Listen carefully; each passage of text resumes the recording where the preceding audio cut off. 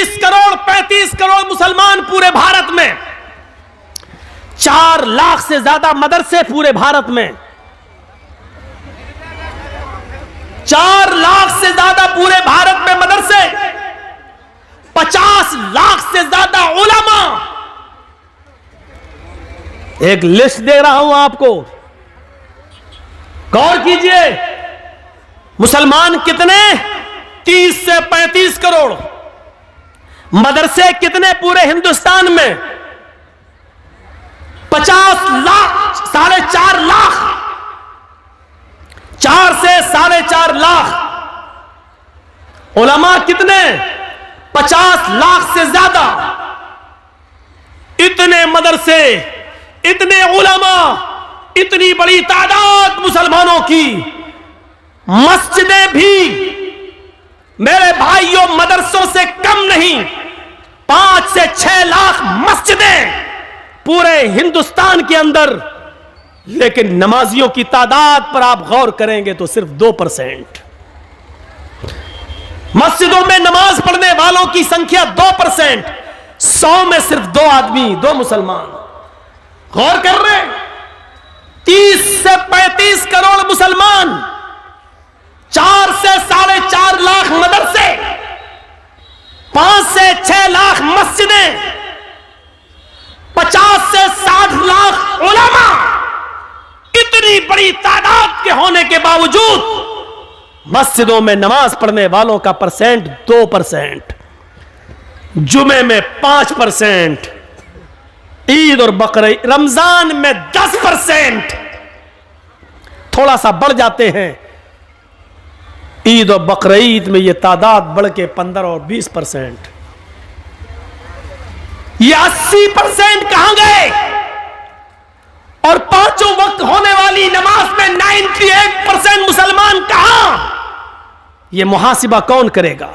यह हिसाब कौन करेगा? तुम अपने बच्चों से उनकी पढ़ाई लिखाई का हिसाब नहीं कर पाते हो, नमाज और रोजे का हिसाब क्या करोगे? अल्लाह के रसूल ने हिसाब किताब बताया था, जब तुम्हारा बच्चा 7 साल का हो तो नमाज पढ़ने का हुक्म दो। ना पढ़े कोई बात नहीं, कभी पढ़ेगा कभी छोड़ेगा, लेकिन 10 साल का हो तो मार मार के नमाज पढ़ने ले जाओ। अगर नहीं पढ़ता तो मारो। नबी ने तरीका बताया था, नमाज पढ़ने के लिए आदत डलवाई थी और 10 साल के बाद मारने का हुक्म दिया था। लेकिन जब बाप ही नमाज नहीं पढ़ता तो वो अपने बच्चे को क्या मारेगा? है? हम तसव्वुर करें, गुस्सा आता है। मैं ये नहीं कहूंगा कि गुस्सा नहीं आना चाहिए। गुस्सा जिंदों को आता है, मुर्दों को नहीं। गुस्सा जिंदों को आता है, मुर्दों को नहीं।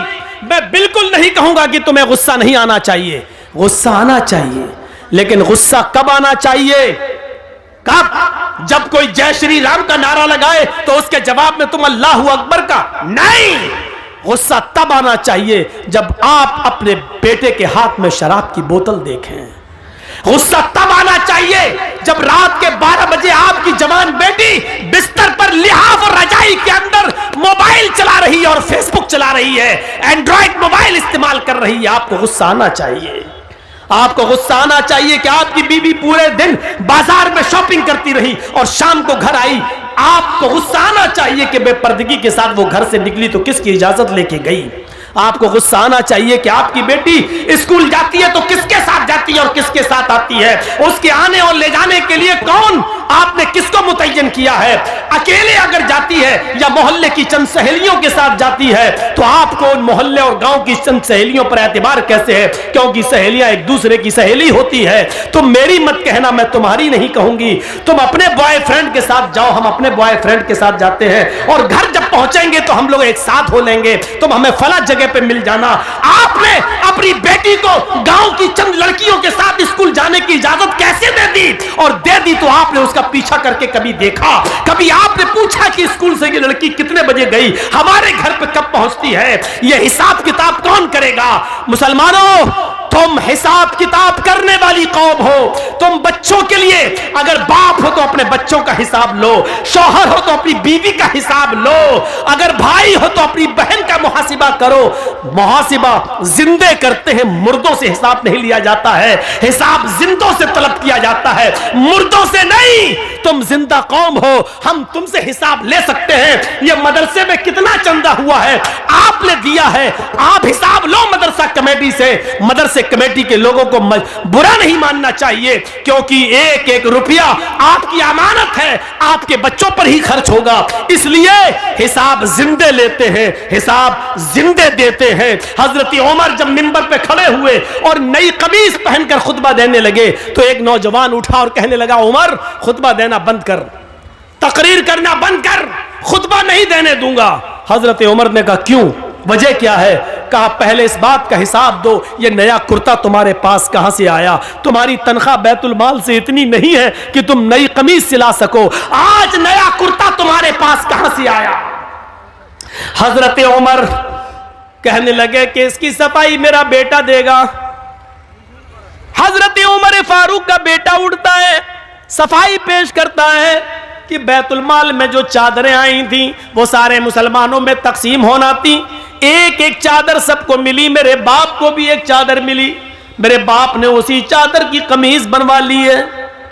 नौजवान खड़ा होता और कहता, अमीरुल मोमिनीन, एक एक चादर सबको मिली थी, मुझे भी मिली थी। मैं दर्जी के पास गया था, टेलर के पास गया था, मैंने अपना माप दिया, उस चादर में मेरी कमीज नहीं बनी। तुम तो हमसे ज्यादा लंबे हो, हमसे ज्यादा चौड़े हो, हमसे ज्यादा लंबे चौड़े हो और मोटे तंदुरुस्त भी हो, फिर तुम्हारी एक चादर में कमीज कैसे बन गई? उनके बेटे ने खड़े होकर जवाब दिया, नौजवान, एक चादर मुझे भी मिली थी, सबको एक एक चादर मिली थी, मेरे बाप को भी मिली, मुझे भी मिली, सबको एक एक मिली तो उसमें मुझे भी मिली।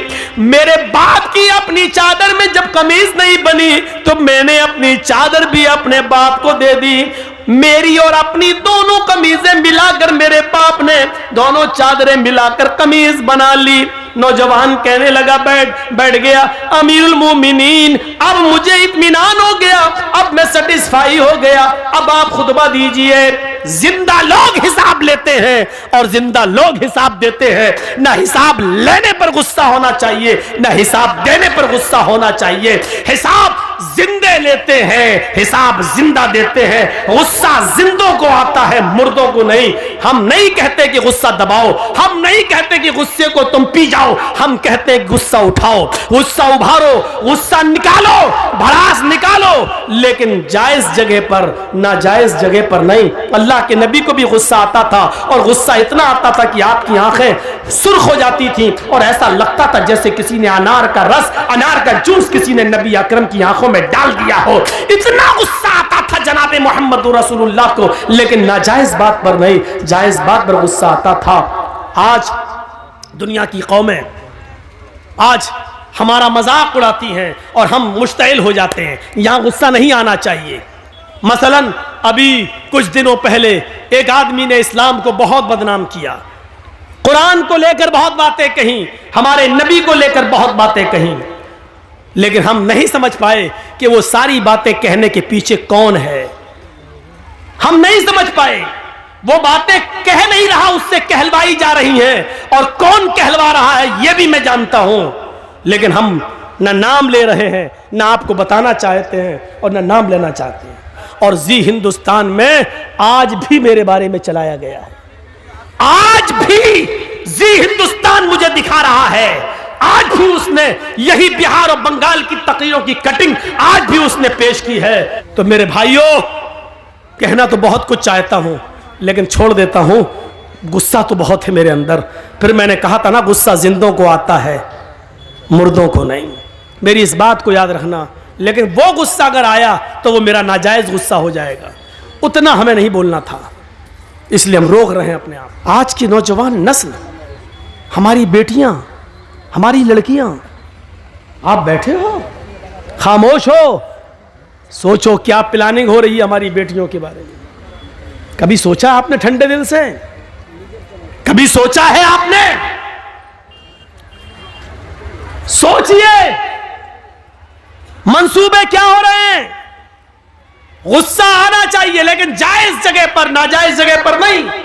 एक आदमी को साथ मिला सरकार का, गवर्नमेंट का, और उस आदमी ने कुरान का मजाक उड़ाया, हमने उसको नंगा किया। एक आदमी जय श्री राम के नारे लगाकर हमें उकसाता है, हमें मुश्तइल करता है, और हम भी उसके जोश में आ जाते हैं और हम भी उसके अपोजिट दूसरे नारे लगाते हैं। अरे यही तो वो चाह रहा था, आपने जो चाह रहा था आपने उसके मकसद को पूरा कर दिया, आपने उसके मकसद को पूरा कर दिया। आपको ऐसा नहीं करना था। नहीं, आपको मालूम है कि हिंदुस्तान में उनका कुछ नहीं होगा। एक है ना डासना का पंडित, डासना का, अरे उत्तर प्रदेश में डासना नाम की एक जगह, वहां का एक पंडित है ना, कितना भड़काता है, कितना बरगलाता है। टीवी, एनडीटीवी ने तो बाकायदा दिया कि अभी तक जेल में क्यों नहीं गया। देखिए कितना बरगलाता है। लेकिन जरूरी नहीं कि जो आदमी हमें बरगलाए हम भी वैसा ही जवाब दें, कोई जरूरी नहीं है। मेरे भाइयों, शॉर्टकट में एक जवाब दे दूं आपको, अक्लमंदी ये नहीं है। अगर कोई पागल कुत्ता मेरे पैर में काट ले, जर्जीस को अगर कोई पागल कुत्ता काट ले, तो क्या जर्जीस भी उस पागल कुत्ते को काटे? बताइए तो, क्या ये अक्लमंदी होगी? अगर कोई पागल कुत्ता काट लिया हमारे पैर में, अब जर्जीस को गुस्सा, कमीने तूने काटा, पकड़ पकड़ पकड़ो, हम भी काटेंगे। पकड़वाया और काट रहे उसको, तो उससे बड़े पागल तो हम हो गए। तो कुछ लोगों का दिमाग खराब हो चुका है। किस नशे में हो चुका है? उनके साथ पुलिस की ताकत है, उनके पास एसएसपी और डीएम की ताकत है, उनके पास हुकूमत की ताकत है। वो जानते हैं हम कुछ भी कह देंगे हमारा कुछ नहीं होगा। इस नशे में, हुकूमत के नशे में, पुलिस और एसपी और डीएम की ताकत के नशे ने उनको पागल कर दिया है। वो हमें वरगलाएंगे। अक्लमंदी यह है कि उनके वरगलाने में हम ना आए। हाथी का काम होता है खामोशी के साथ चलते रहना, और कुत्तों का काम होता है भौंकते रहना। अगर हाथी भौंकने वाले कुत्तों को पीछे मुड़ के देखने लगा तो हाथी जिस मंजिल पे जाना चाहता नहीं पहुंच पाएगा। हाथी चलता रहता है, वो जानता है कि ये कुत्ते हैं, इनकी आदत भौंकने की है, भौंकते रहेंगे, थक जाएंगे, खुद ही छोड़ देंगे। इन भौंकने वाले कुत्तों को उनकी हालत में छोड़ दो। हम भौंकने वाले कुत्तों का नाम भी ले देते, लेकिन इन यूट्यूबर वालों की वजह से नहीं ले रहे हैं। आप समझ जाओ, और जिसने इन भौंकने वाले कुत्तों को समझ लिया वो पूरी तकरीर समझ गया। समझ लो कि वो कामयाब हो गया। मेरे भाइयों, ये यूट्यूबर वाले तुम्हें समझने नहीं दे रहे हैं, लेकिन हमने तुम्हें समझा दिया इशारों में। जो इन भौंकने वाले कुत्तों को समझ जाए वो पूरा जलसा समझ गया, और समझ लो कि मुखिया जी के कराए हुए जलसे को आपने कामयाब कर दिया। मेरा इशारा समझ जाओ, भौंकने वाले कुत्ते कौन हैं, और हाथी बनने की कोशिश करो। खामोशी के साथ चले जाओ और भौंकने वाले कुत्तों के भौंकने का जवाब मत दो। यही तुम्हें इस्लाम ने सिखाया है। अपनी आदत बदलो, वरना काटे जाओगे और मारे जाओगे, पकड़े तुम ही जाओगे। आपको मालूम है, एक तालाब पर बह रहा था एक नदी, ऊपर पहाड़ से एक नदी के पानी इधर से आ रहा था, नदी बह रही थी, और जहां से पानी बह रहा था वहां शेर पानी पी रहा था, और दूसरी तरफ बकरी पानी पी रही थी। मैं तुम्हारे हालात बतला रहा हूं, सुनो, इशारों में बतला रहा हूं, समझ लो। उधर पानी शेर पी रहा है, इधर पानी बकरी पी रही है। पानी शेर की तरफ से बहता हुआ आ रहा है, और बकरी, मोबाइल अपना बंद करो, मुझे मालूम है आजकल भंगियों चमारों के पास भी मोबाइल होते हैं, बंद करो यार, टूटू हो रही यार। रात के 2:22 पर किसका फोन आ रहा होगा, सोचो तो जरा। तो दिमाग लगाओ बेटा, जिस स्कूल में तुम पढ़ते हो मैं उसका हेडमास्टर रह चुका हूं, ये सब मत बताओ। यहां से सुनिए, जहां से शेर पानी पी रहा है, इधर बकरी पानी पी रही है। तो शेर ने, दोनों ने एक साथ मुंह लगाया। शेर को तो बहाना चाहिए था। शेर ने कहा, है बकरी, तूने मेरे पानी को झूठा क्यों किया? अब देखो उल्टा बोल रहा है, जबकि पानी शेर झूठा कर रहा है और पानी शेर की तरफ से बहता हुआ बकरी के पास आ रहा है। शेर का झूठा पानी बकरी पी रही है, लेकिन शेर ने बकरी से क्या कहा, तूने मेरा पानी झूठा क्यों किया? बकरी कहने लगी, जंगल के राजा, मैंने कहां झूठा किया है? पानी तो आपकी तरफ से बहता हुआ आ रहा था, आपका झूठा पानी मेरी तरफ आ रहा था, मैंने तो आपका झूठा पानी पिया। बकरी का ये जवाब सुना शेर ने तो कहा, अच्छा मुंह भी चला रही है, मुझसे बहस भी कर रही है। आया और मारा पंजा और फाड़ दिया बकरी को और खा गया। ये सूरत हाल है तुम्हारी और हमारी। अगर हम जायज बात भी करेंगे तो पकड़ी जाएगी, और वो नाजायज बात भी करेंगे तो नहीं, क्योंकि पावर है, नशा है। नशा उतरता अच्छे अच्छों का उतरा तो तुम्हारा क्या है? फिरौन का उतरा, कारून का उतरा, नमरूद का उतरा, हिटलर का उतरा, तुम्हारा भी उतरेगा। जाओगे कहां? नशा उतरना है, आज नहीं तो कल। और राहत इंदौरी ने कभी कहा था, जो आज साहिबे मसनद हैं कल नहीं होंगे। जो आज साहिबे मसनद हैं कल नहीं होंगे। किराएदार हैं, जाती मकान थोड़ी है। आपको मालूम है, अपने अंजाम से बाखबर रहिए। एक मिसाल और देता हूं, बड़ी अच्छी मिसाल है। एक शेर, सुनिएगा मिसाल। ए भैया बैठ जाओ, ए चाय वाले बैठ जाओ, बहुत बिक चुकी है तेरी चाय। बड़ी अच्छी मिसाल है, जरा देखिए। एक जंगल के अंदर शेर भी शिकार के लिए निकला, भेड़िया भी शिकार के लिए निकला, और लोमड़ी भी शिकार के लिए निकली। शेर, भेड़िया और लोमड़ी तीनों ने शिकार किया, और तीनों ने एक एक शिकार कर लिया। शेर ने हिरन मार दिया, भेड़िए ने बकरी का शिकार किया, और लोमड़ी ने खरगोश का शिकार किया। शेर ने कहा भेड़िए से, तुम तकसीम कर दो, बंटवारा कर दो, कौन किसका हिस्सा है, कौन क्या खाएगा। देख रहे हैं, शेर तो राजा होता है, मतलब पावर में। शेर का मतलब आप दिमाग कहीं और ले जाइएगा, मैं नाम नहीं लूंगा इन कमीनों की वजह से। कितना मजबूर कर दिया है आपने, सोचा आपने, अंदाजा लगाया कितना मजबूर कर दिया आपने मुझे। तो सुनो, शेर जब मैं बोलूं तो कुछ और सोचना, मैं नाम नहीं लूंगा।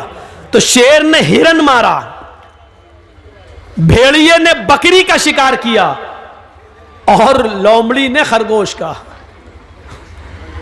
शेर ने कहा, मतलब पावरफुल, भेड़िए से कहा इंसाफ कर दो, फैसला कर दो, कौन क्या खाएगा। भेड़िए ने कहा बहुत आसान है। कहा क्या? कहा हिरन आप खा लीजिए, बकरी मैं ले लेता हूं, लोमड़ी खरगोश ले लेगी। शेर को गुस्सा आ गया, शेर को गुस्सा आया, और उस गुस्से में मारा पंजा, भेड़िए के सर अलग तन अलग, टुकड़े टुकड़े हो गए उसके, खत्म कर दिया उसने भेड़िए को। लोमड़ी से कहा, बहन जी तुम इंसाफ करो। लोमड़ी ने देख लिया, भांप लिया। लोमड़ी ने कहा बहुत आसान है। कहा क्या? कहा 3 शिकार हैं, हिरन, बकरी और खरगोश। हिरन आप सुबह खा लीजिए, बकरी आप शाम को खा लीजिए, और मुंह का जायका बदलने के लिए खरगोश को आप दोपहर में खा लीजिए। शेर ने कहा वाह, बहुत अच्छा फैसला, वाकई इतनी अकल तुम्हें किसने दी, इतना अच्छा फैसला तुम्हें किसने सिखाया? उसने कहा इस भेड़िए ने, इस भेड़िए के अंजाम ने। इतनी जबरदस्त मिसाल देने के बाद भी हमारी अकल नहीं खुल रही है। हमारी अकल, भेड़िए, लोमड़ी ने देखा खरगोश जा रहा है, जाए, ये मेरा कम नुकसान है, लेकिन अगर ये हम ही को मार के खा गया तो हम ही नहीं रहेंगे तो क्या खाएंगे? अपने आप को पहले बचाओ। तो मेरे भाइयों, इस वक्त ये मत देखिए कि कौन आ रहा है, इस वक्त ये देखिए कि हमारा बड़ा नुकसान किसमें और छोटा नुकसान किसमें है। इसलिए बड़े नुकसान से बचाने के लिए छोटा नुकसान अपने आप को कर देना चाहिए अपना। तो मेरे भाइयों, अपने अंजाम को समझने की कोशिश कीजिए। अपने हम जानते हैं हमारा इस वक्त कौन है, कोई नहीं। इस बात का भी एतराफ है, हम किसी का फेवर नहीं कर रहे हैं। क्या बंगाल में हमने किया था, लेकिन यह हकीकत है कि हमारा इस वक्त कोई नहीं है। आप किसी पर भरोसा करके देखें तो भरोसे के लायक कोई नहीं है। इस बात का एतराफ है कि मुसलमानों को हमेशा हर पार्टी ने ठगा है, हर जमात ने ठगा है, हर सियासी जमात ने हमारा नाजायज फायदा उठाया है। हम मजबूर हैं, लेकिन हाँ, हम अपने अंजाम को भी देख रहे हैं और समझ रहे हैं मेरे भाइयों। इसलिए हमें अक्ल के नाखून लेना पड़ेगा, अपने अंजाम को सोचना पड़े। मैं डरा नहीं रहा हूं, मुसलमान कभी किसी से डरता नहीं है मेरे भाइयों। जिस मजहब में जो अच्छाइयां हो वो ले लेना चाहिए। अच्छाई जहां से मिले वो हमारी खोई हुई अमानत है, उसे हमें ले लेना चाहिए। और बुराई जिस मजहब के अंदर भी हो, जिस धर्म के अंदर भी हो, उसको छोड़ देना चाहिए, चाहे वो किसी भी मजहब के अंदर पाई जा रही हो। मैं ये कह सकता हूं कि इस्लाम के अंदर कोई बुराई नहीं है, मुसलमानों में बुराइयों की कमी नहीं है। दोनों बातें अलग अलग हैं। फिर सुन लीजिए, इस्लाम में कोई बुराई नहीं है, लेकिन मुसलमानों में किसी बुराई की कमी नहीं है। एक साइंटिस्ट ने कहा था कि मैंने जब धर्मों का मुताला किया तो मुझे सबसे अच्छा धर्म इस्लाम लगा। जब मैंने मजहबों का मुताला किया, हिंदू धर्म, ईसाई धर्म, जैन धर्म, सिख धर्म, यहूदी मजहब, बुद्ध मजहब, इस्लाम धर्म, मैंने सारे मजहब की स्टडी की तो मुझे पढ़ने में सबसे अच्छा मजहब इस्लाम लगा। लेकिन जब मैंने दुनिया घूम कर देखा और हर मजहब के मानने वालों का जायजा लिया, मैंने यहूदियों की बस्ती में यहूदियों को देखा, ईसाइयों की बस्ती में ईसाइयों को देखा, जैनियों की बस्ती में जैनियों को देखा, और हिंदुओं की बस्ती में हिंदुओं को देखा, बुद्धिस्टों की बस्तियों में बुद्धिस्टों को देखा, मुसलमानों की बस्ती में और मोहल्ले में मुसलमानों को देखा। मैंने हर बस्ती में हर मजहब के मानने वालों का जायजा लिया तो मुझे दुनिया की बिगड़ी हुई बदमाश बदकम्माश कौमों में सबसे ज्यादा बदतर और सबसे ज्यादा नालायक कौम मुसलमान नजर आई। हकीकत कड़वी मगर हक बजाने में उसने बात कही है। यह क्या बात है कि दूसरों की बुराई हमें सुनकर बड़ा मजा आता है। अगर हमारे अंदर भी कोई कमी है तो उसको सुनने की भी क्षमता हमारे अंदर होनी चाहिए। हम उस साइंटिस्ट की तारीफ करते हैं कि उसने हमारे मजहब को गलत नहीं कहा। हम उस साइंटिस्ट की तारीफ करते हैं कि कौमों का मुआयना करने के बाद सबसे ज्यादा कमी उसको अगर नजर आई तो मुसलमानों की नजर आई। उसने क्या कहा? मैंने जब धर्मों का मुताला किया तो सबसे अच्छा मजहब इस्लाम लगा, लेकिन जब हमने कौमों का मुआयना किया तो सबसे बदतर कौम मुझे मुसलमान नजर आई। एक सहाबी ने दावत की, हजरत अली की, अबू उबैदा इब्न अल जर्राह की, अब्दुर्रहमान इब्न औफ की, मुख्तलिफ सहाबा की जब दावत की तो खाना खाया, और खाना खाने के बाद शराब का दौर चला उस अंसारी नौजवान के यहाँ।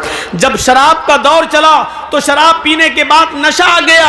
शाम का खाना जल्दी खा लिया, शराब पीने के बाद नशा आ गया, और नशा आते ही नमाज का वक्त हो गया, मगरिब का। अजान की आवाज आने लगी। उस अंसारी नौजवान ने अपने ही घर में चादर बिछा दी और कहा, अब तुम नमाज पढ़ने मस्जिद में क्या जाओगे? हम लोगों ने शराब पी है, चलिए यही नमाज पढ़ लेते हैं। वही नमाज पढ़ी जाने लगी। एक सहाबी नमाज पढ़ाने के लिए खड़े हो जाते हैं, शराब के नशे में अल्लाहू अकबर कहकर नियत बांधते हैं और कुरान की आयत पढ़ना शुरू। अल्हम्दुलिल्लाहि रब्बिल आलमीन अर्रहमानिर रहीम मालिकी यौमिद्दीन इय्याका नअबुदु व इय्याका नस्तईन गैरिल मग़दूबि अलैहिम वलद्दाल्लीन। यहां तक गाड़ी सही चलती है। इसके बाद दिमाग झुल्लाने लगा, नशा अपने अंदर काम करने लगा, और वो सहाबी कुरान की आयत पढ़ने लगे। जो सूरत शुरू की, पहली रकात सही गुजर गई, इन्ना अतैना कल कौसर फसल्लि लिरब्बिका वनहर इन्ना शानियका हुवल अब्तर। दूसरी रकात में नशा अपने उरूज पर पहुंचने लगा और नशे ने कुछ जगह कुछ पकड़ हासिल कर ली, वलद्दालीन तक गाड़ी सही चली। उसके बाद कुरान की आयत जब शुरू हुई सूरत, कुल या अय्युहल काफिरून ला अअबुदु मा तअबुदून, इसकी जगह पर वो सहाबी कुरान की आयत पढ़ लेते हैं, कुल या अय्युहल काफिरून नहनु नअबुदु मा तअबुदून। मतलब ही बदल गया। शराब के नशे में है और क्या पढ़ रहे हैं, कुल या अय्युहल काफिरून है क्या, ला अअबुदु मा तअबुदून, अय काफिरो मैं उनकी इबादत नहीं करता जिनकी तुम करते हो। लेकिन ये सहाबी क्या पढ़ रहे हैं, कुल या अय्युहल काफिरून, अय काफिरो नहनु नअबुदु मा तअबुदून, हम भी उसकी इबादत करते हैं जिनकी तुम करते हो।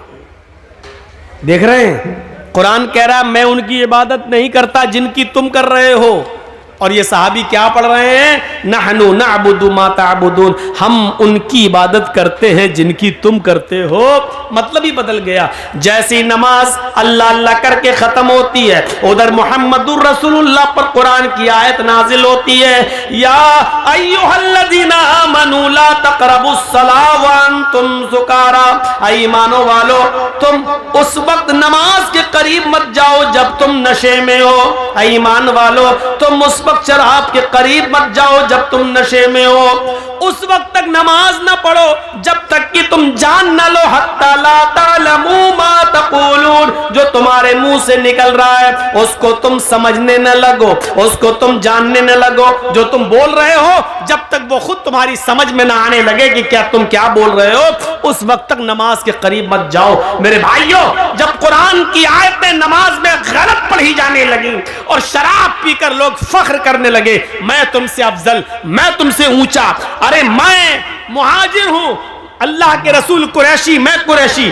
अल्लाह के रसूल बनु हाशिम में, मैं बनु हाशिम का, तुम अंसारी हो, तुम जाहिल हो, तुम नीची कौम के लोग हो। जब आपस में फख्र गुरूर होने लगा, शराब के नशे में एक दूसरे पर फौकियत दिखाने लगा कि मैं तुमसे अफजल, मैं तुमसे अफजल, तब कुरान की आयत नाजिल होती है, इन्नमल खम्रु वल मैसिरु वल अंसाबु वल अज़लामु रिज्सुम मिन अमलि शैतान, और पूरी जिंदगी के लिए शराब की हुर्मत का ऐलान कर दिया जाता है। अब गवारा नहीं है, क्योंकि जिस चीज को मिटाने के लिए, जिस जहालत को खत्म करने के लिए अल्लाह के नबी इस दुनिया में आए, वही चीज चलने लगी है। इस्लाम में ऊंचा नीचा कोई चीज नहीं है, इस्लाम में तेरा मेरा कोई चीज नहीं है, इस्लाम में अमीरी और गरीबी कोई हैसियत नहीं रखती है, इस्लाम में सब बराबर है। तुम शराब पीकर एक दूसरे पर फख्र करते हो कि मैं तुमसे अफजल हूं, मैं तुमसे अच्छा हूं, मेरी कौम तुमसे, तुम्हारी कौम से अच्छी कौम है, मेरी कौम सबसे अफजल कौम है, ये कहने लगे हो। इस्लाम में इस चीज की और जाहिलियत की, इस बदबू की कोई जरूरत नहीं है। इस्लाम इन तमाम खुराफातों से पाक है, इस्लाम इन तमाम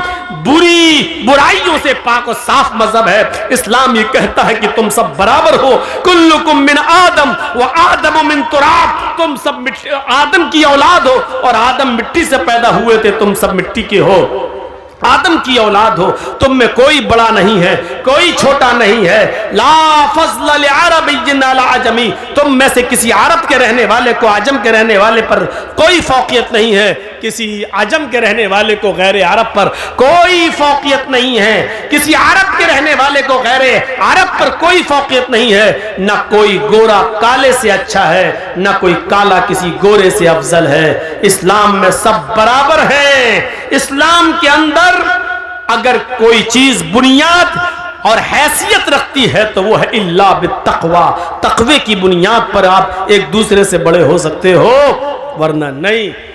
तक़वे की बुनियाद पर, जिसके अंदर जितना तक़वा होगा, जिसके अंदर जितना तक़वा होगा, परहेजगारी, तक़वा, तक़वा, तक़वा किसे कहते हैं, उसकी एक छोटी सी मिसाल अगर हम समझ जाएं, अल्लाह के नबी सल्लल्लाहु अलैहि वसल्लम ने फरमाया, गौर कीजिएगा, आपने मेहनत करके 99 रुपए कमाए, 99 रुपीज, 99 रुपए कमाए, और आप चाहते हैं कि हम कोई नई कमीज, नया कुर्ता, नया पंजाबी ले लूं ताकि हम मस्जिद में जाकर नमाज पढ़ सकें। हमारे पास कोई अच्छा कपड़ा नहीं है। आप मार्केट में गए और आपको कपड़ा मिल रहा है पंजाबी 100 रुपए का, आपके पास है कितने? 99।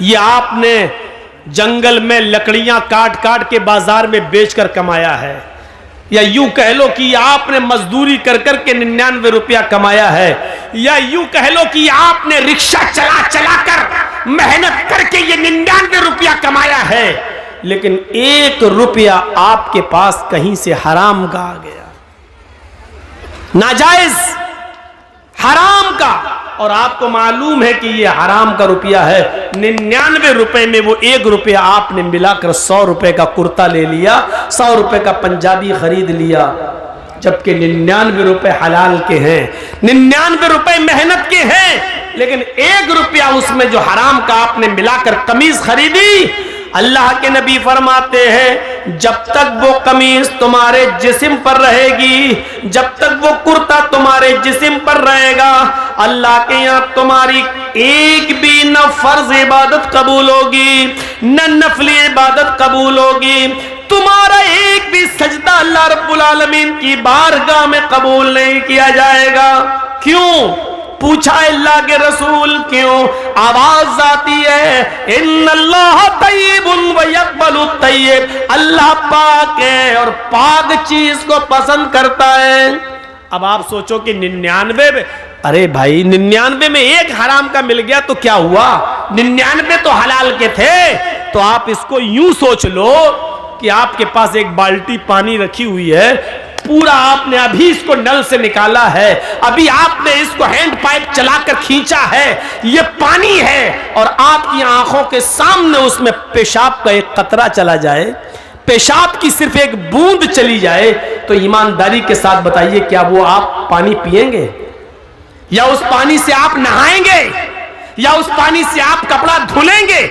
अगर आपकी आंखों के सामने उसमें पेशाब की एक बूंद चली जाए तो नहीं, क्योंकि आप जानते हैं पूरी एक बाल्टी पानी पाक है, लेकिन उस एक कतरे ने, पानी के पेशाब के कतरे ने पूरी बाल्टी पानी के को नापाक कर दिया है। चूंकि वो माए कलील है इसलिए वो नापाक माना जाएगा। तो मेरे भाइयों, इसी तरीके से 99 रुपए में 1 रुपया आपने हराम का मिला दिया तो वो 100 रुपए भी बात के हराम के हो गए। वो कुर्ता, वो कमीज, वो पंजाबी, वो लुंगी, जो भी चीज आप उससे खरीदेंगे और उसको पहनकर नमाज पढ़ेंगे तो अल्लाह के यहां कबूल नहीं होगी। ये तक़वे की एक मिसाल है, कैसे बचना है। इमाम गज़ाली रहमतुल्लाह अलैह अपनी मशहूर किताब अहयाउल उलूम के अंदर एक वाक़या नकल करते हैं कि एक शख्स ने किसी का मकान किराए पे लिया था। होता नहीं, हम लोग रेंट पे ले लेते हैं, चलो हम यहाँ रहेंगे, रह लिए। रेंट पर, किराए पर मकान खरीदा था।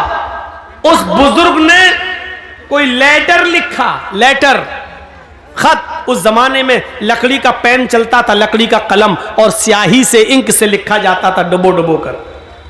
उसने सोचा कि अभी ये ताजा ताजा खत लिखा है, इस इंक को खुश्क करने की जरूरत है। तो वो जिस किराए के मकान में रहता था, उस किराए के मकान से थोड़ी सी मिट्टी उसने उठा ली और कागज पर डाल दी ऐसे, ताकि वो इंक जल्दी सूख जाए, खुश्क हो जाए। उसने सोचा थोड़ी सी मिट्टी लेने में हर्ज किया है, ये मकान अगरचे मेरा नहीं है, थोड़ी सी मिट्टी तो ले रहा हूं। मिट्टी, जमीन पर पड़ी हुई मिट्टी, उसने उसको लिया और लेटर पर, कागज पर ऐसे डाल दिया। रात में उस बुजुर्ग ने ख्वाब में देखा कि उसके ख्वाब में कोई फरिश्ता आ रहा है और उस बुजुर्ग से कह रहे हैं, तुमने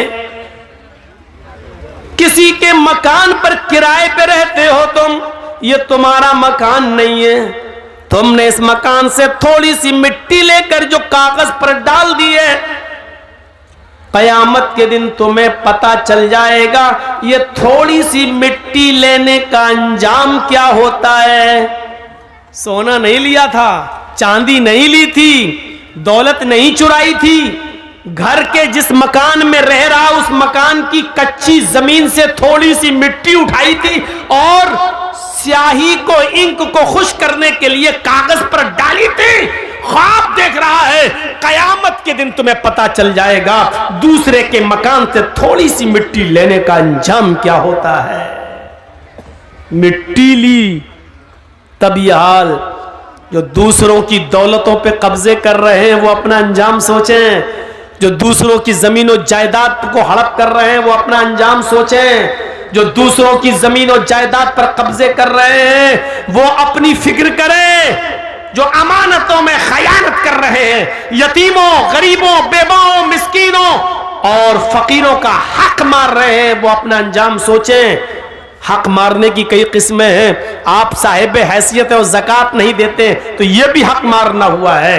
आपके पास 1 लाख रुपया है और उस 1 लाख रुपए पर 1 साल गुजर चुकी है, अगरचे उस 1 लाख रुपए में 7.5 तोले सोना यानी 85 ग्राम सोना नहीं आ रहा है, लेकिन 52.5 तोले चांदी तो आ सकती है। यानी 1 लाख रुपए में 52.5 तोले चांदी आ सकती है और इतना पैसा तुम्हारे पास है और 1 साल गुजर चुकी है, तो आप पर 1 लाख रुपए में 2,500 रुपए ज़कात बनती है जो आप गरीबों को देंगे। अगर आप नहीं देते हैं तो ये गरीबों का हक मार रहे हैं। जब छोटी सी थोड़ी सी मिट्टी लेने का अंजाम ये है तो आप गरीबों का, मिस्कीनों का हक मारकर ज़कात अदा नहीं कर रहे हैं, तो हम और आप अपने अंजाम के बारे में फिक्र लगाएं कि हमारा और आपका अंजाम क्या होगा अगर हम अपने माल की पूरी पूरी ज़कात नहीं देते हैं। तो यह हक मारना ही है।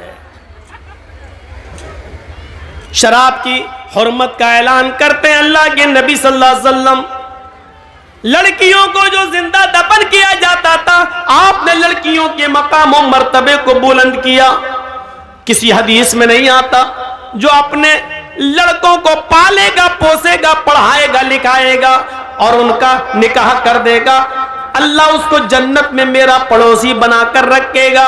ये कहीं नहीं कहा तो अल्लाह के नबी ने क्या कहा? जिन लड़कियों को जिंदा दफन कर दिया जाता था, 4-4 साल पाल पोस कर जिनको पकड़कर दफन कर दिया जाता था, नबी अकरम सल्लल्लाहु अलैहि वसल्लम उन लड़कियों को इज्जत देते हैं जिस बाप की 3 बेटियां होंगी और जिसने उनको पाला होगा, बड़ा किया होगा, उनको पढ़ाया होगा, उनको अच्छा अदब सिखलाया होगा। अल्लाह के नबी फरमाते ये तीनों बच्चियां, फिर उसने जिनकी शादी कर दी होगी, उन बच्चियों का निकाह कर दिया होगा, उनका घर बसा दिया होगा, उनको दीनदार लड़कों के निकाह में दे दिया होगा।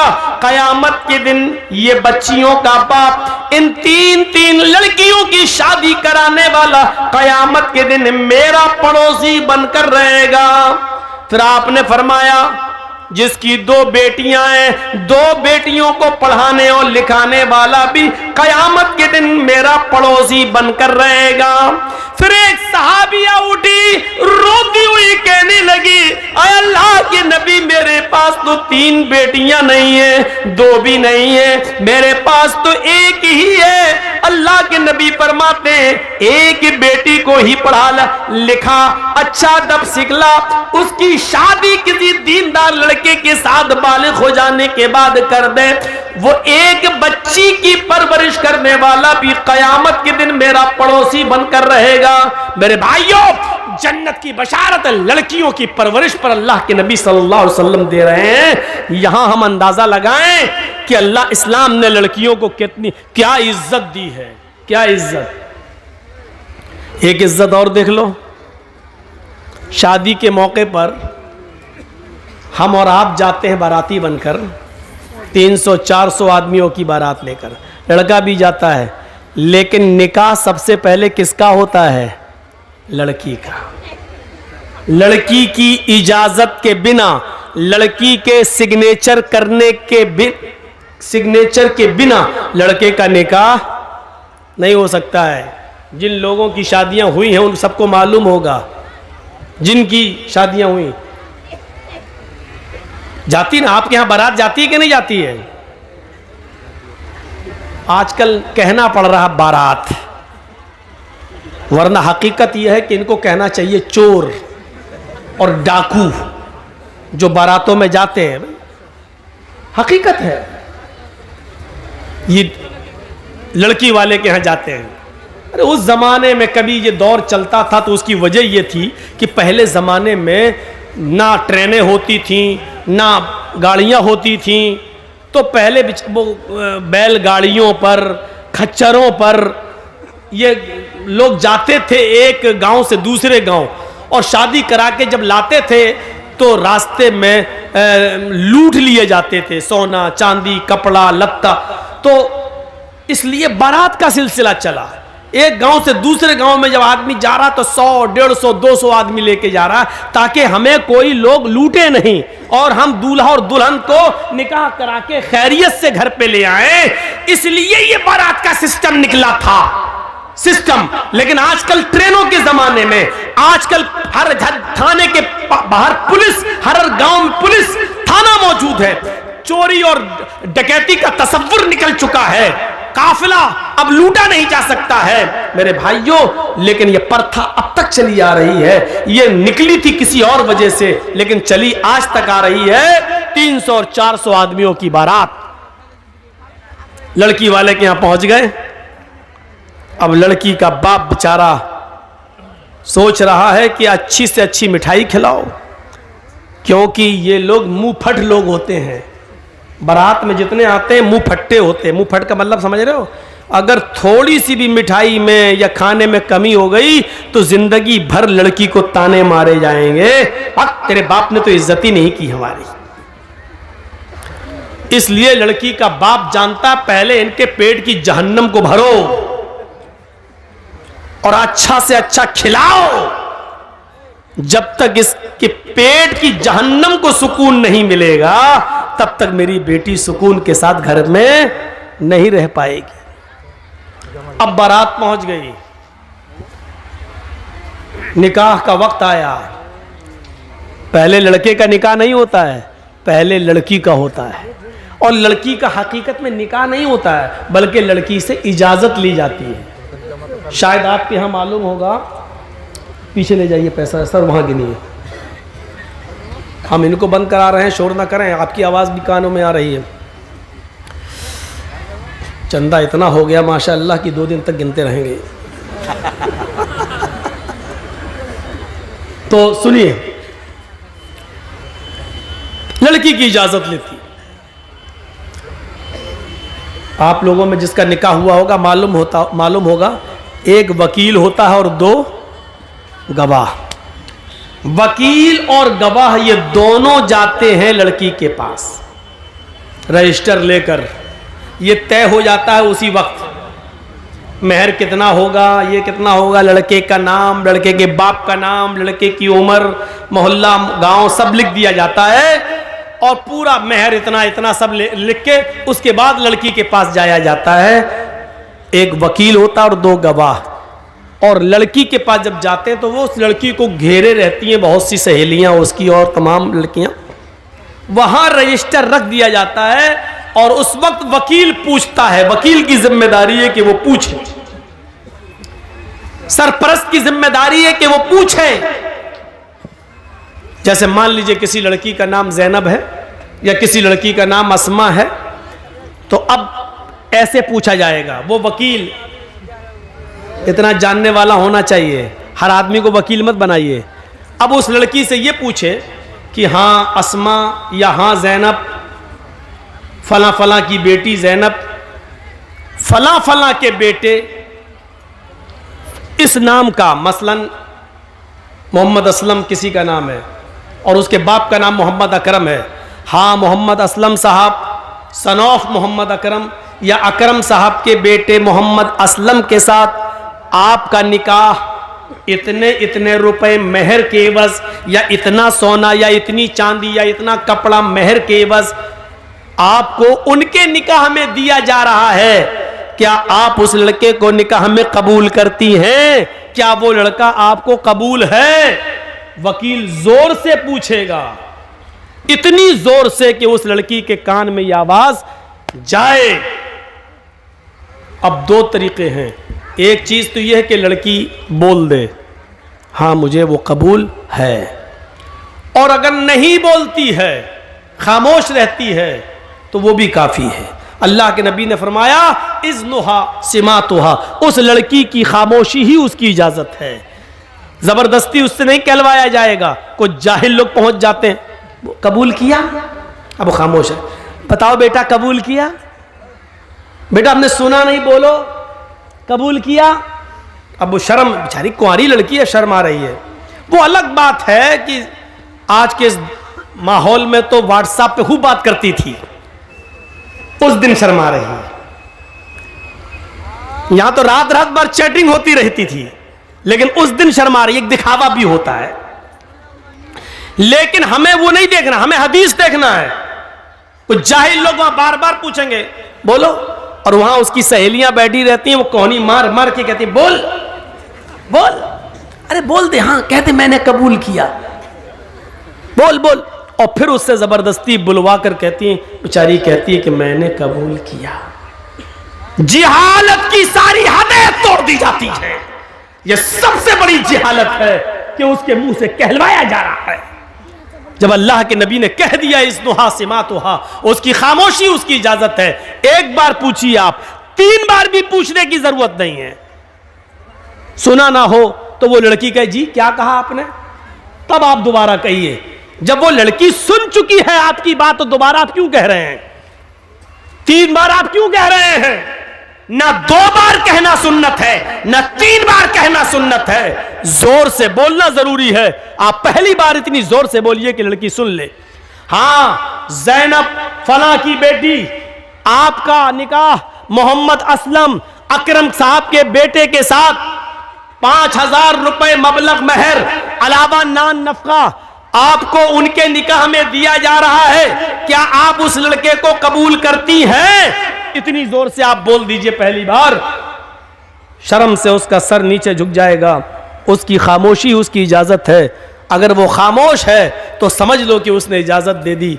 रजिस्टर आगे बढ़ा दीजिए, उससे साइन करा लीजिए और लेके चले आइए और कहिए कि लड़की ने साइन कर दिए हैं, लड़की ने इजाजत दे दी है। उसके मुंह से कबूल है का लफ्ज जबरदस्ती मत कहलवाइए। ये उस औरत के लिए है जो शादीशुदा हो और जिसकी तलाक हो चुकी हो।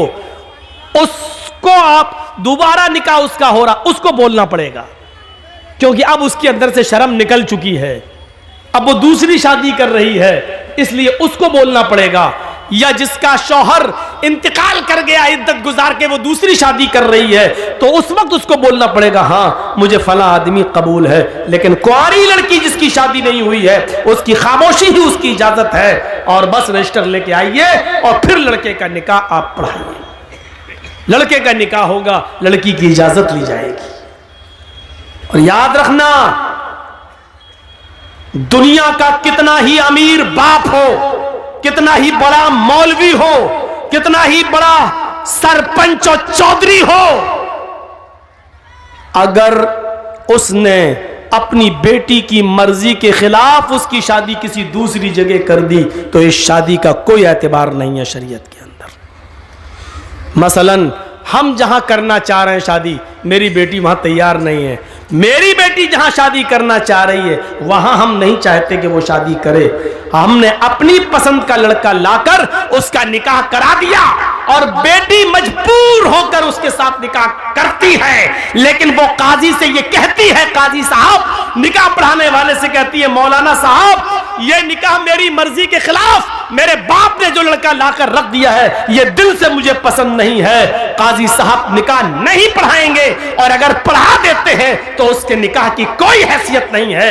एक औरत, एक सहाबिया अल्लाह के नबी के पास आई और कहती, अल्लाह के रसूल मेरे बाप ने मेरा निकाह ऐसी जगह कर दिया है जो लड़का मुझे पसंद नहीं है। अल्लाह के रसूल ने निकाह हो जाने के बाद भी उस लड़की से कहा, अगर वो तुम्हें पसंद नहीं और इसके बावजूद तुम्हारे बाप ने तुम्हारी शादी कर दी है, तो तुझे इख्तियार है, तू चाहे तो उस लड़के के साथ रहे, या तू चाहे तो मैं निकाह तेरा फिस्क कर देता हूं। लड़के के तलाक देने की जरूरत नहीं है, निकाह फिस्क कर देता हूं। एक इद्दत गुजारेगी हैज की, जिसका निकाह फिस्क होगा उसकी इद्दत 3 महीने नहीं है, सिर्फ एक हैज उसकी, एक पीरियड उसकी इद्दत है। तुम एक पीरियड, एक माहवारी, एक एमसी, बस ये पीरियड गुजारो और जैसे ही तुम्हारा महीना हो, महीना से खत्म होने के बाद ही तुम दूसरी शादी कर सकती हो अपने मनपसंद लड़के के साथ। लेकिन लड़की को शादी के लिए वली की सख्त जरूरत है, अपने बाप की, सरपरस्त की, मालिक की जरूरत है। लड़की, ये सच है कि लड़की की मर्जी के बगैर निकाह नहीं होगा, लेकिन यह भी सच है कि लड़की अपनी मर्जी से अकेले भी निकाह नहीं कर सकती है। उसको निकाह के लिए वली की इजाजत चाहिए और वली उसका बाप है। बाप अगर दिमागी तौर पर कमजोर है तो चचा है, चचा दिमागी तौर पर कमजोर है तो लड़की का भाई है, और लड़की का भाई भी नहीं तो कोई और जो उसका रिश्तेदार करीबी होगा उसकी इजाजत चाहिए। लेकिन जिस लड़की का कोई ना हो तो फिर काजी खुद वली बन सकता है। जैसे मौलाना जर्जीस अगर किसी का निकाह पढ़ा रहे हैं, लड़की का बाप भी नहीं है, लड़की का भाई भी नहीं है, लड़की का चचा भी नहीं है, तो फिर मौलाना जर्जीस खुद काजी, खुद वली बन सकते हैं और उस लड़की का वली बनकर निकाह करा सकते हैं। काजी वली बन सकता है।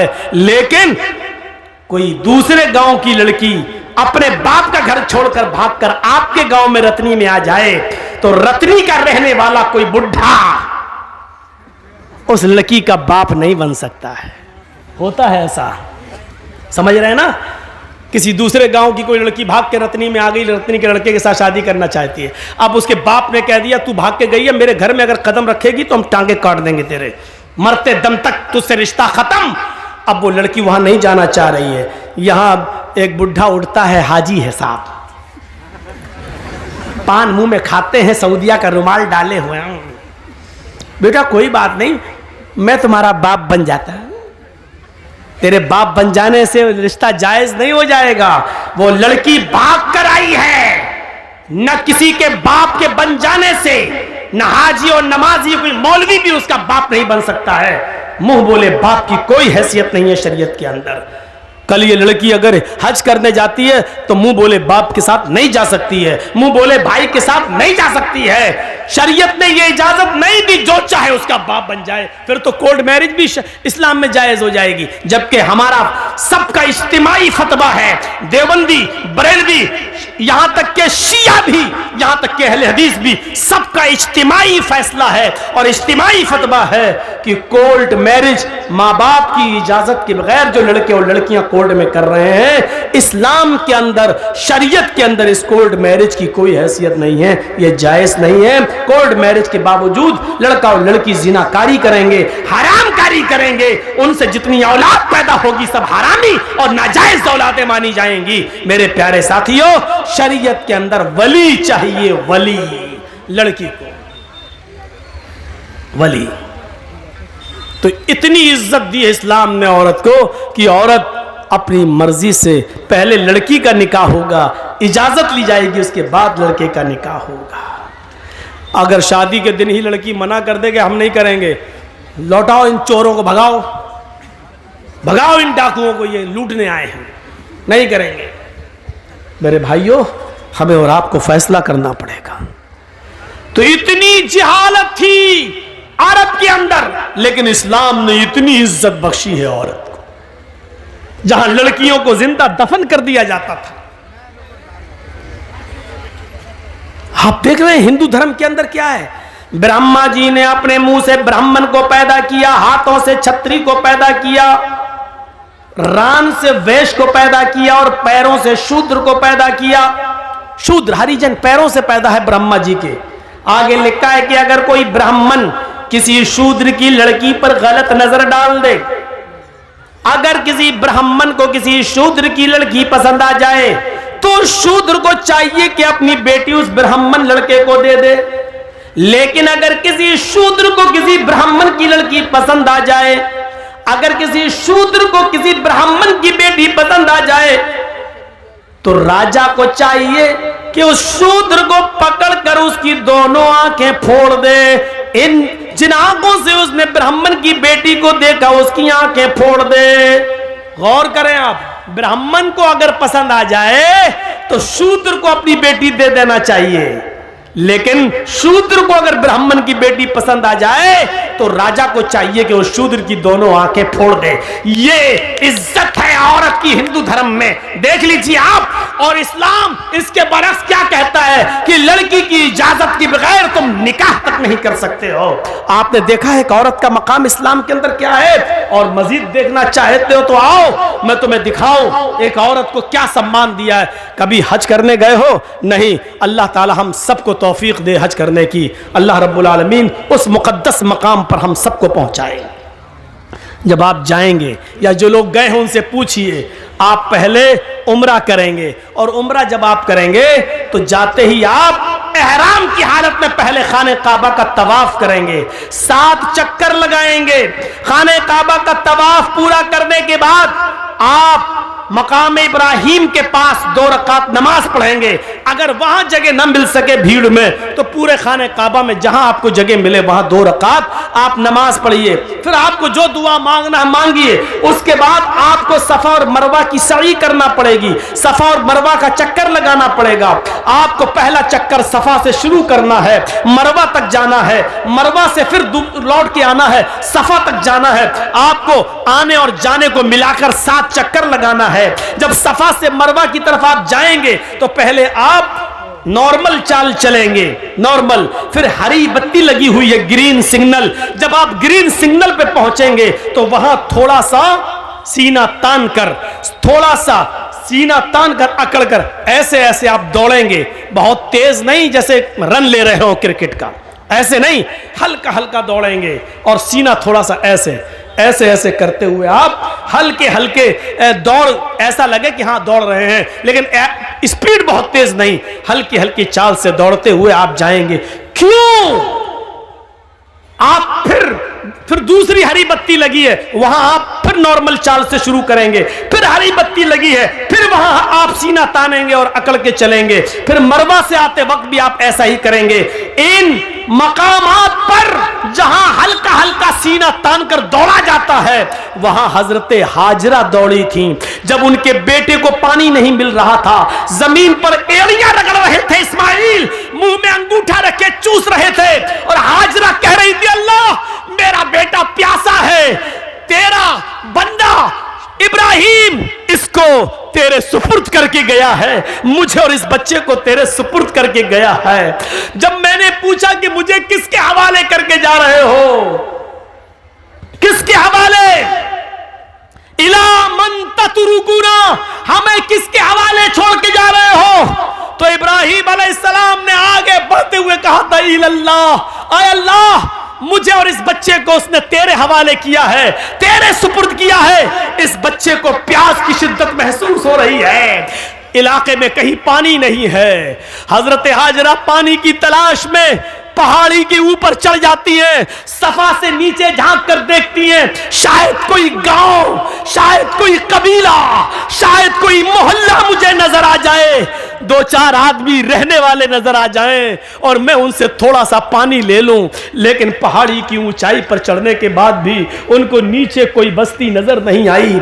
सफा से चक्कर लगाती हैं, नॉर्मल चाल चलती हैं, फिर थोड़ी दूर सीना तान कर चलती हैं, दौड़ती हैं, फिर रुकती है, फिर नॉर्मल चाल चलती है, फिर दौड़ती हैं, मरवा पे पहुंच जाती हैं। मरवा की पहाड़ी से नीचे झांक कर देखती हैं कि कोई बस्ती मिल जाए, कोई मोहल्ला मिल जाए, कोई गांव मिल जाए जहां मैं थोड़ा सा पानी लेकर अपने बच्चे को पिला सकूं। लेकिन मरवा की पहाड़ी के नीचे भी कोई बस्ती आबाद नहीं है। लेकिन अपने बच्चे को देखती है, होठ में अंगूठा रखे हुए है, अपने बच्चे की प्यास की खातिर फिर मरवा से सफा, फिर सफा से मरवा, फिर मरवा से सफा, फिर सफा से मरवा, 7 चक्कर लगाकर अपने बेटे के पास आकर बैठ जाती है और कहती है अल्लाह जितना मैं औरत होकर कर सकती थी कर लिया, एक लेडी होकर कर सकती थी कर लिया, जितना दौड़ सकती थी दौड़ चुकी, जितनी मेहनत कर सकती थी कर ली, अब ताकत मेरे बस से बाहर हो चुकी है। अल्लाह तू ही गैब से मदद फरमा, इस इस्माइल के लिए पानी का इंतजाम कर दे। अल्लाह इसको मेरा शौहर मुझे और इस बच्चे को तेरे हवाले करके गया है। अल्लाह ने कहा जिब्रील क्या देखते हो, मेरी बंदी ने मुझे पुकारा है और मेरा बंदा इब्राहिम मेरे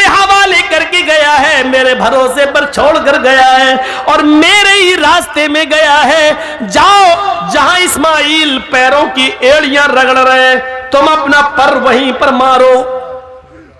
जिब्राईल अमीन आसमान से नीचे उतरते हैं और जहां इस्माइल एड़ियां रगड़ रहे थे वहीं पर मारते हैं और पानी का चश्मा जारी हो जाता है, पानी बहने लगता है। हाजरा उस पानी को देखकर खुश हो जाती हैं और उसको मुंडेर बांधने लगती है। पानी इधर उधर बहने लगा, वो सोच रही थी कि पानी कहीं खत्म ना हो जाए, इसलिए समेटने लगी। कितना समेटेंगी, पानी का चश्मा निकल रहा है, पानी इधर उधर समेट रही है और अब अबरानी जबान में कह रही हैं जम जम।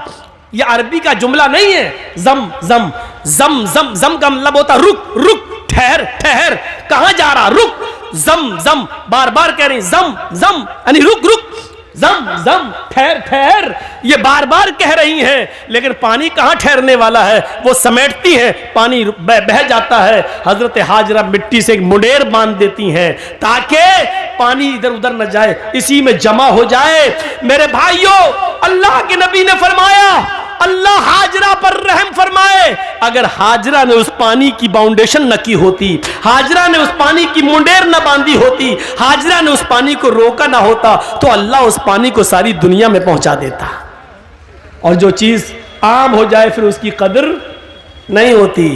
देख रहे हो ना, गंगा का पानी हर जगह बहता फिरता, कोई कदर है? जो चाहता उसमें लैट्रिन कर देता, जो चाहता पेशाब कर देता है, जो चाहता उसमें पायखाना कर रहा है, जो चाहता उसमें गंदगी फेंक रहा। बार बार योगी और मोदी सरकारों को लोग ललकार रहे, तुम तो कह रहे थे हम गंगा की सफाई करेंगे, आज तक गंगा की सफाई नहीं हुई है। सरकारें कटघरे में खड़ी है, गंगा की सफाई नहीं हो पा रही है।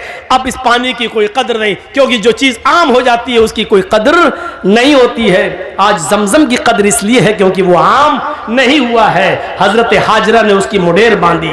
अब आपको जो बताना चाहता हूं वो ये, हाजरा सफा से मरवा तक जा रही हैं, कहीं कहीं सीना तान के जा रही हैं और दौड़ती हुई जा रही हैं। हर हाजी को जहां पे हाजरा दौड़ी थी, आज हाजरा की सुन्नत को जिंदा करना पड़ता है। वहाँ हर हाजी को थोड़ा सा या उम्रा करने वाले को सीना तान कर दौड़ना पड़ता है। अल्लाह के रसूल ने औरतों को मना कर दिया है, फरमाया है कि हमारी उम्मत की औरतें सीना तान कर नहीं दौड़ेंगी, वो अपनी नॉर्मल चाल में चलेंगी। लेकिन अल्लाह के रसूल ने हाजियों को, मर्दों को यह हुक्म दिया है कि उनको हाजरा की इस अदा को जिंदा करना होगा। जहां हाजरा नॉर्मल दौड़ी थी तुम्हें नॉर्मल दौड़ना है, और जहां हाजरा तेज दौड़ी थी वहां तुम्हें थोड़ा तेज दौड़ना है। जहां हाजरा ने थोड़ा सीना निकाल कर दौड़ी थी वहां तुम्हें थोड़ा सा सीना निकाल के दौड़ना है। मेरे भाइयों, हाजी और मोहतमिर, उम्रा करने वाला हाजरा की इस अदा को जिंदा करता है, और इसको अल्लाह रब्बुल आलमीन ने हज और उम्रा जैसी इबादत का एक हिस्सा बना दिया है। जहां हाजरा के पैर दौड़ रहे हैं वही हाजी का पैर, और इसको इबादत। गौर करो, लिखो मीडिया वालों, लिखो अगर तुम्हारे कलम में ताकत है, सीआईडी वालों और वो लोग जो ये कहते हैं कि इस्लाम ने औरतों को पर्दे की चार दीवारी में बांध दिया है, औरतों पर जुल्म किया है, औरतों को घर से बाहर निकलने की इजाजत नहीं है। औरत को इस्लाम ने यह इज्जत दी है कि जहां हाजरा तेज दौड़ी वहां तुम्हें भी दौड़ना है, जहां हाजरा सीना निकाल के दौड़ी वहां तुम्हें भी निकालना है। और जब तक कोई हाजरा की सुन्नत को जिंदा नहीं करेगा, अल्लाह उसके हज और उम्रे को कबूल नहीं करेगा।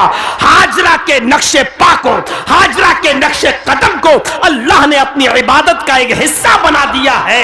एक औरत के नक्शे कदम को अल्लाह ने अपनी इबादत बना दिया हो, इससे बड़ा एक औरत का मकाम क्या हो सकता है? इससे बड़ी एक औरत की इज्जत क्या हो सकती है? इससे बड़ा एक औरत का सम्मान क्या हो सकता है?